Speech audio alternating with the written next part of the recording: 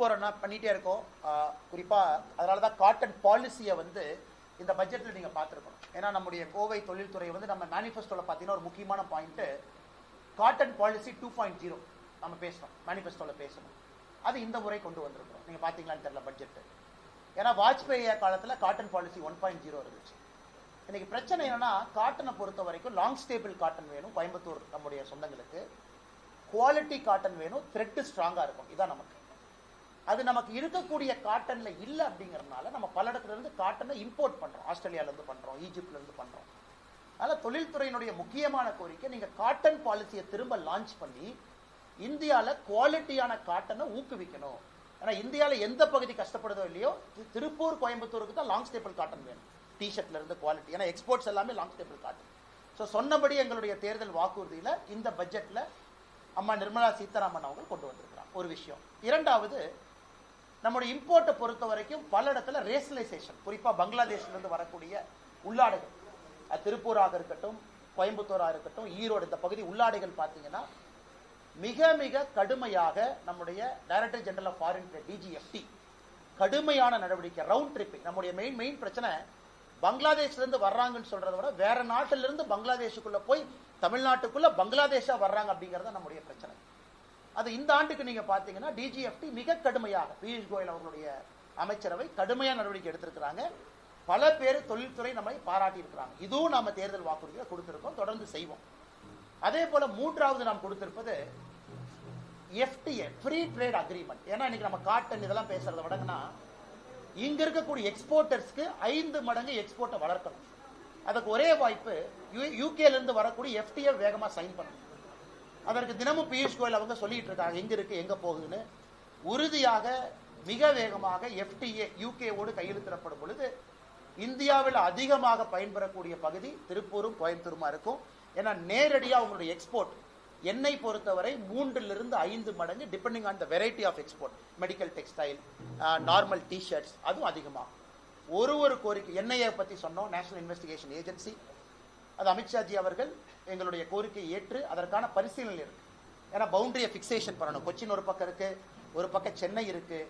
NIA கோர்ட்டை declare பண்ணோம். 98ல் bomb blast court ஒன்று இருக்கு, அது சும்மா இருக்கு. அதற்கான எல்லா வேலைகளும் நடந்து கொண்டிருப்பதாக நாங்கள் அறிகின்றோம். அதற்கான நல்ல ஒரு அறிவிப்பும் மத்திய அரசு விரைவில் கொடுப்பாங்கன்னு நம்புறோம்.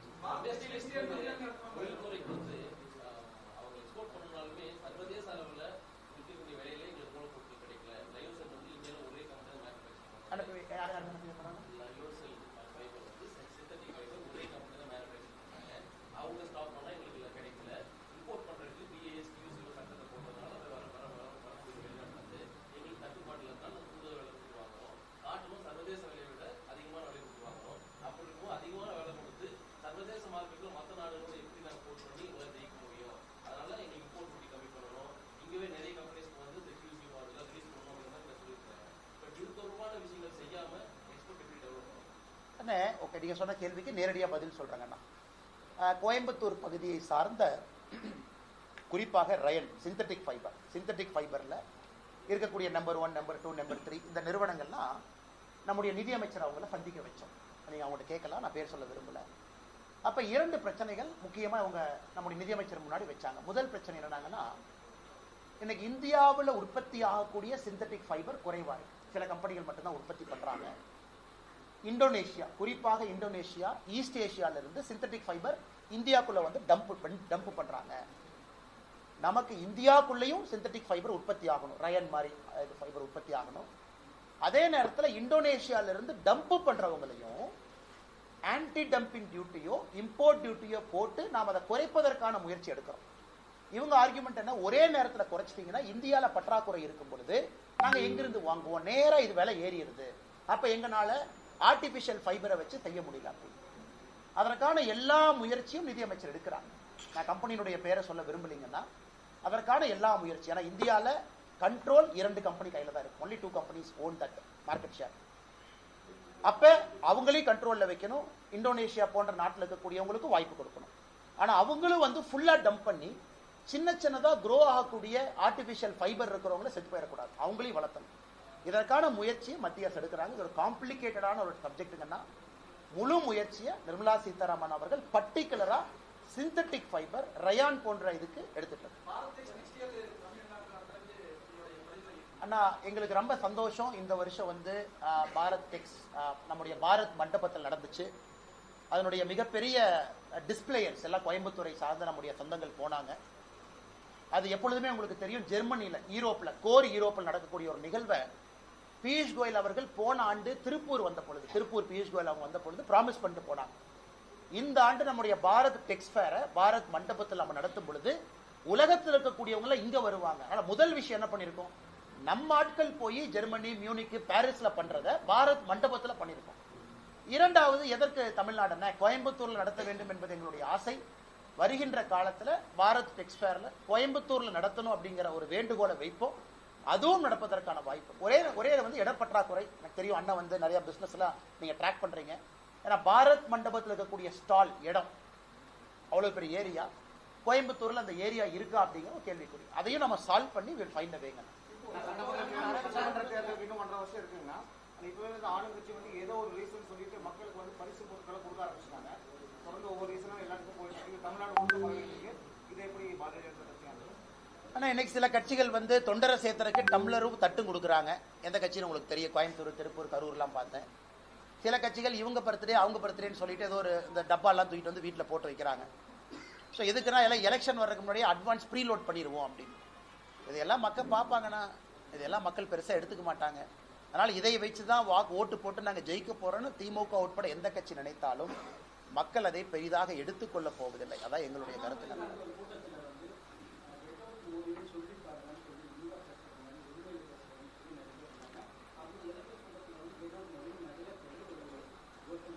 அதுக்கு பதிலடி, அதாவது நான் என்ன சொன்னேன், உதயநிதி ஸ்டாலின் அவர்கள் சொல்லணும். ஏன்னா அவர் மேடையில் என்ன சொன்னாரு, நாங்க இப்படியே போச்சுன்னா தமிழ்நாட்டில் கெட் அவுட் மோடின்னு சொல்லுவோம். கரூர்ல நான் பேசியதற்கு 2 நாட்களுக்கு முன்பு உதயநிதி ஸ்டாலின் அவர்கள் சொன்னாங்க. அடுத்த நான் மேடையில் கல்வித்துறை அமைச்சர் அன்பில் மகேஷ் பொய்யாமொழி என்னை பேசின ஒருமையில பேசினதை பார்த்தீங்கன்னாலே அது நீங்க பார்க்கணும். ஒரு கல்வி அமைச்சர் ஒரு பேட்டை ரவுடியா பேசினார்னா எப்படி, அந்த வீடியோ எனக்கு உங்களுக்கு காட்டுறேன். என்னை பத்தி கல்வி அமைச்சர் பேசியிருப்பார் ஒரு 7 நிமிஷம். அன்பில் மகேஷ் பொய்யாமொழி பேட்டை ரவுடி அந்த மாதிரி பேசினாங்க. பேட்டை ரவுடி அன்பில் மகேஷ் பொய்யாமொழி ஒரு கல்வி அமைச்சர் ஒருத்தரை பத்தி எப்படி பேசலாம், தமிழ்நாட்டில் கூடிய குடிமகன், அதெல்லாம் நீங்க பார்க்கணும், ரொம்ப முக்கியம். அதனாலதான் தெளிவா கரூர் மேடையில சொன்னேன், முதல் 50% அண்ணாமலையா பேசுறேன், அடுத்த 50% திராவிட கட்சிகள் பாணியில அவங்களுக்கு பதில் சொல்ல போறேன். அதனால தாய்மார்கள் யார் என்னை தப்பா நினைச்ச கூடாது பேச்சுல சொல்லிட்டு ஆரம்பிச்சோம். உதயநிதி ஸ்டாலினுக்கு என்ன சொன்னோம், நீங்க சொன்னீங்கல்ல சொல்லி பாருங்க.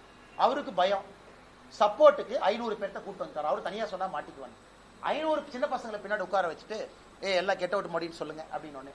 அந்த சின்ன பசங்க இளைஞரணின்னு சொல்லிட்டு அவங்க பின்னாடி உட்காந்து திமுக கெட் அவுட் மோடினா அதுக்கு பதிலடி என்ன, 24 மணி நேரம் டைம் கொடுக்கும். கெட் அவுட் மோடின்னு எல்லாம் சொல்லுங்க. இளைஞரணி, டிஎம்கே அபிஷியல் ஐடி விங்கு எல்லாம் இணைஞ்சு எல்லாம் கெட் அவுட் மோடின்னு ஹேஷ்டாக் போட்டேன். எவ்வளவுங்க, 2,80,000. அடுத்த 24 மணி நேரம் இல்லை, காலையில 6 மணிக்கு கெட் அவுட் ஸ்டாலின் ஆரம்பிச்சோம்.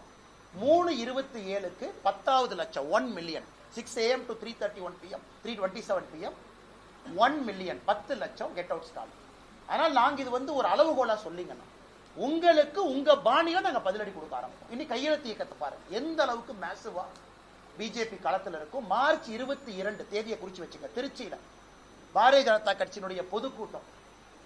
தமிழகத்துல குறிப்பாக தமிழை வளர்க்கக்கூடிய மோடி அவர்களுக்கு நன்றி சொல்லி நடக்கக்கூடிய பொதுக்கூட்டத்தை பாரதிய ஜனதா கட்சி 22ஆம் தேதி திருச்சியில் நடக்க இருக்கிறோம். அந்த கூட்டத்தை பாருங்க, கிரவுண்ட்லயும் பாருங்க, சமூக வலைதளத்துல பாருங்க. திராவிட முன்னேற்ற கழகத்துக்கு ஈக்குவல்னு சொல்ல மாட்டோம், அவர்களை விட ஒரு படி மேல போய் நாங்க பதிலடி கொடுக்க ஆரம்பிச்சோம். இல்லாட்டி அவங்க திருந்த மாட்டாங்க, இப்படியே பேசுவாங்க, 29 பைசா மோடிம்பாங்க. அவர்களுக்கு அவங்க பாணியில பேசினா மட்டும்தான் அவர்களுக்கு புரியும். அதே மருந்து எடுத்து அவங்களுக்கு